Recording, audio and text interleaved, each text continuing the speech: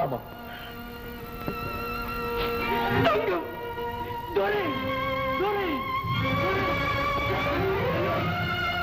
கொஞ்சம் தண்ணி கொண்டு போடு.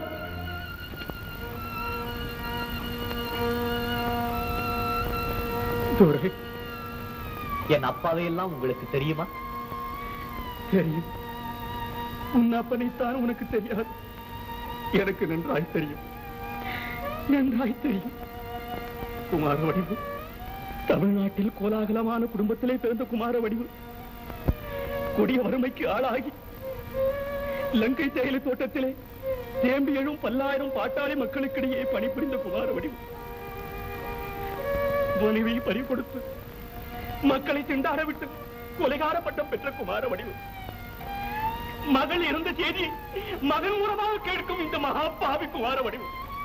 குமார வடிவு, அந்த குமார வடிவு அந்த அனுப்பா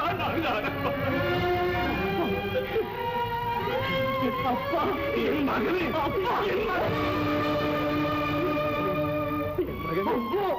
என் அப்பா துரை, ஆண் பிள்ளை ஆனாலும் ஆண் பிள்ளை நீ இருக்கிறாய் என்று தைரியத்தில் தானே தங்கத்தை உன்னிடத்தில் ஒப்படைத்து விட்டு போனேனப்பா. தங்கம் இருந்திருந்தால் இந்நேரம் கிட்டத்தட்ட பரிமளா மாதிரி ஆகியிருப்பாளே. ஐயோ, அவள் இறந்து விட்டு செய்தியை கேட்பதற்காகவா நான் இத்தனை நாள் உயிரோடு இருந்தேன்? இல்லையப்பா, நான் இருக்கிறேன் உயிரோடு. பொன்னார் இடையும் துகில் கூண வேண்டிய என் தங்கையின் உடம்பை மண்ணால் மூடிய மகா பாதகம் நான் இருக்கிறேன் உயிரோடு, இருக்கிறேன் உயிரோடு.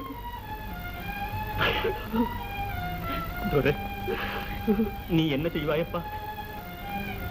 சந்தர்ப்பங்கள் சரி செய்து விட்டன.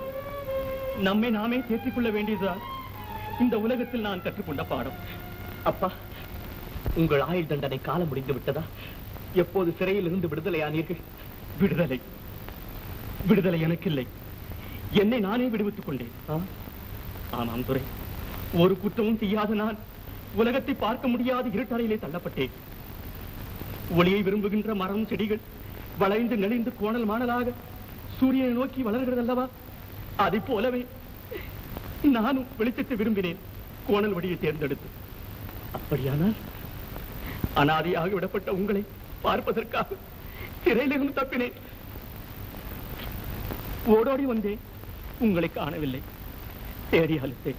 பிறகு என்ன? மறுபடியும் ஜெயிலுக்கா திரும்ப முடியும்? மாயாண்டியாக மாறினேன். மறைந்து வாழ்கிறேன். மறைந்து வாழ்கிறீர்கள்? போலீஸ்க்கு பயந்து மறைந்து வாழ்கிறீர்கள்? வேற என்ன செய்ய முடியும்? காதலுக்காக ஓடியவர்கள், காராகிரகத்தில் தப்பியவர்கள் அப்படித்தானே வாழ முடியும்? அப்பா, மிகவும் தவறு நீங்கள் செய்தது. துரை, உங்கள் துரை ஒரு சர்க்கார் உத்தியோகஸ்தர்.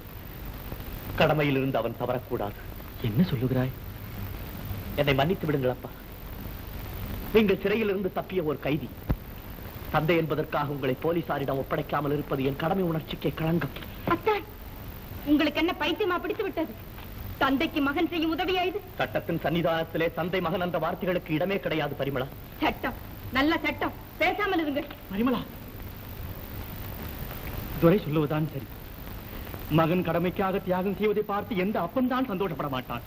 போலீசில் ஒப்படைப்பதை பற்றி நான் கவலைப்படவில்லை. இனிமே எனக்கு என்ன ஆசை மிச்சம் இருக்கிறது? என் துரையையும் பார்த்து ஆகிவிட்டது. அவ்வளவுதான். துரை, இனிமே என்னை போலீசில் ஒப்படைத்து விடு. ஆனால் உனக்காக நான் படாத பாடுபட்டு பல காலமாக பாதுகாத்து வைத்திருக்கும் ஒரு அரிய பொருள் இருக்கிறது. அதை மாத்திரம் பெற்றுக்கொள். அப்பா, தங்கத்தை புதைத்தாயே, அதே சிவன் கோயிலில் புதைந்து கிடக்கும் புதையல் ரகசியம் 70 கோடி பசும் பொண்ணுக்கு இந்த ஏழையின் கையில் கிடைத்த திரவகோள். புதையலை இடும், தூய்மைச்ச வாழ்ந்தது. என் தவப்புதல்வனே, இனி என்னை போலீசில் பிடித்துக் கொடு. கவலை இல்லை. இந்தா, இதை வாங்கிக்கொள். மறுபடியும் நீ வந்துட்டியா?